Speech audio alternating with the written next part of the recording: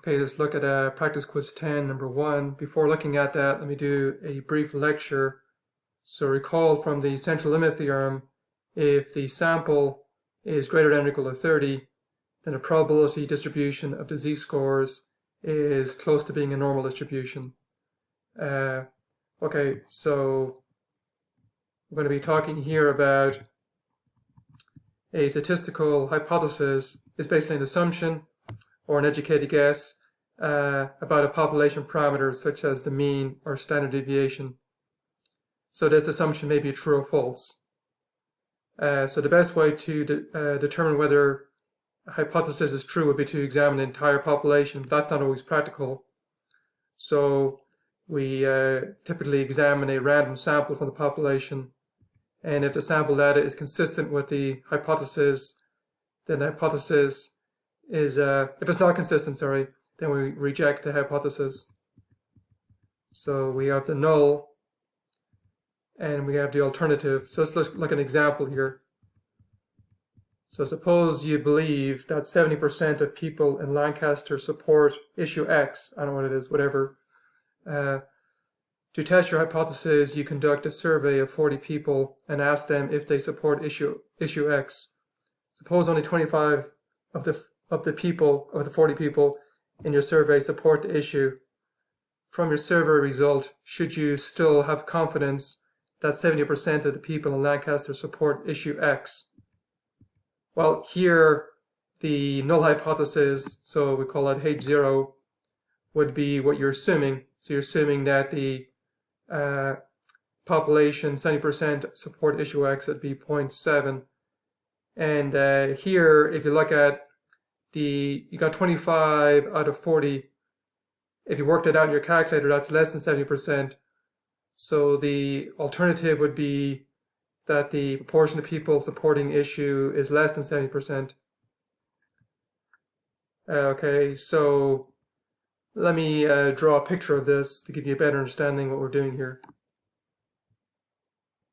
Okay, so I'll draw my null hypothesis here, saying 70% support issue X. So if you graphed a probability distribution of all the z-scores of size 40, so pretty much you're doing surveys of size 40, and you graph them, it would look like it's not standard normal, it looked like a normal distribution according to the central limit theorem. So it looked like this. So say x1 bar is one survey, so that would be likely to happen. So the further you move away from the center of the normal distribution, the more unlikely it is to happen. So this would be likely to happen, the survey. Call this x2 here. Call this guy x3. Survey 2 is less likely to happen because it's a bit further away from 0.7. And x3 survey, the third survey, is very unlikely to happen. So say you did 3 surveys. Well, say my x1, say, instead of being here, was, say, way over here. So x1 survey. So all 3 surveys are pretty far away from 0.7. Well, that may be evidence to suggest that your H0, this normal distribution, is incorrect. So maybe the correct distribution would be maybe in there somewhere instead. So that would be your P. So you have your alternative one here. So that one may model our surveys better. So they may suggest, so taking our samples, they may suggest that our null hypothesis is incorrect and the alternative one is correct. So that's the idea. So let's keep going. So the null hypothesis is the prediction about the population mean, and then we take a sample, and looking at the sample then we see if that suggests that the null hypothesis is true, or does it suggest that it's not true. So the alternative would be that the null is not true. So in this case, our null would be that the population of people in Lancaster, 70% support some issue, and from our sample, it seems to suggest that that proportion is less than 0.7, because if you did 25 over 60, it's, I think, 0.62 or something. Okay, so how do we then decide whether we should keep our hypothesis or reject it? So let's keep going here. Before looking at that, there's two types of errors we can make. So we could reject the null hypothesis when it's true. That's called a type 1 error. So the analogy of that, like a law analogy, would be an innocent person being found guilty. So the null is kind of like the assumed innocent until proven guilty, right? So the null is like the assumed innocent, right, until we have evidence to suggest that that's not true. And a type 2 error occurs when we fail to reject the null hypothesis that is false. So that's called a type 2. So the law analogy of this would be a guilty person being found innocent. Okay, there's two types of errors we can make. So here's how we're going to run a what's called a z-test to determine whether we should keep or reject the null hypothesis. So here's the criteria. We state the H0 and HA, calculate the z-score statistic, calculate p-value, so forth. There's a procedure to follow here. And then it talks about an alpha value. We'll look at that in a second now. Let's just do an example, I think. So let's go down now to practice quiz 10. So pretty much the same question we're just looking at. So suppose we believe that 70% of people in Lancaster support issue X. To test our hypothesis, we conduct a survey. So let's follow the z-test on this. So let's take our steps here. And let's paste them down below. And then we'll just adjust them here. So here's my steps. Oops. Okay, so step 1, we need to state the null and the alternative. So we've already stated those up here. Where is it? Oh, our example. Right here. So we have these for our case. So our null would be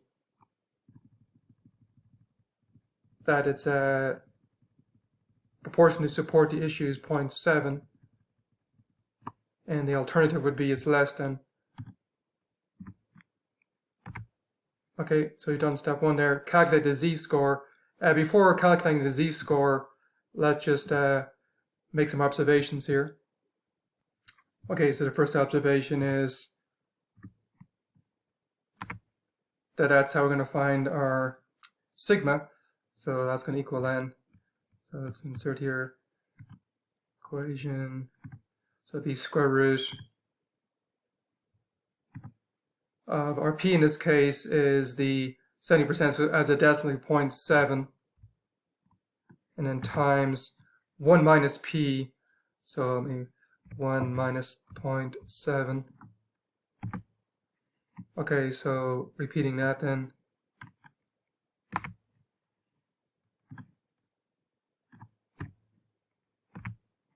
So 1 minus 0.7 is 0.3, times 0.3. And if you work that out, see here, it's approximately equal to 0.458. So that's our sigma. Okay, so we got that. And our x bar, so our x bar, so try that, so this guy here, so x bar equals, so 25 support, so it's our sample pretty much, 25 out of 40 from our sample we found. Okay, so that equals, we work it out, 0.6 0.625. So I got that. Okay, our n value is our sample size is 40. Okay, now let's find our z-score. So our z-score, so by definition it's equal to this guy. So we have all this information now, so it's going to equal n. Let's paste it again. So the n here is 40, so put a 40 in place of n there.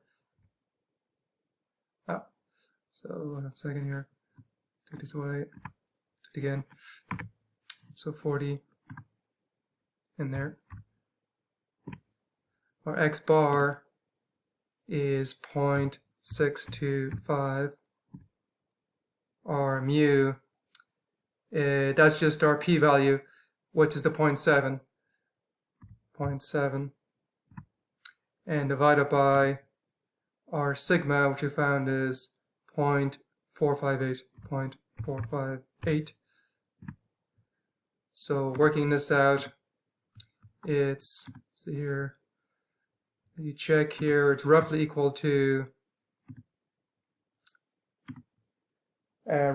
negative one. I'm going to round it to 2 decimal places, so negative 1.04. Okay, so we're done with step 2 then. Let's move on to step 3. So step 3, so we have to decide which one of these 3 cases. So you got 3 cases: if HA greater than H0, HA less than H0, HA not equal to H0. So let's just, our guys are H0 is 0.7, HA is less than 0.7, so it means that our H0 is greater than HA. So H0 greater than HA, so we have this one in our case. So we're going to keep that. Let's get rid of the ones that aren't our case here. So take that away. And take that away. Because our case is the alternative is less than the null. So saying the p-value then is probability z less than z-score. So in our case it looked like this then. Probability z less than negative 1.04. Okay, so to find this then, so looking at our z-table, so the z-table is right here. Let's take that.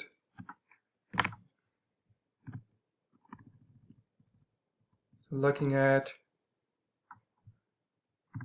our z-table, we we see p-value equal to probability less than or negative 1.04. So to look in our table for negative 1.04, but I'm running out of time in this video, so I think I'm going to stop it here and continue this in part 2. Okay, so let's leave it there.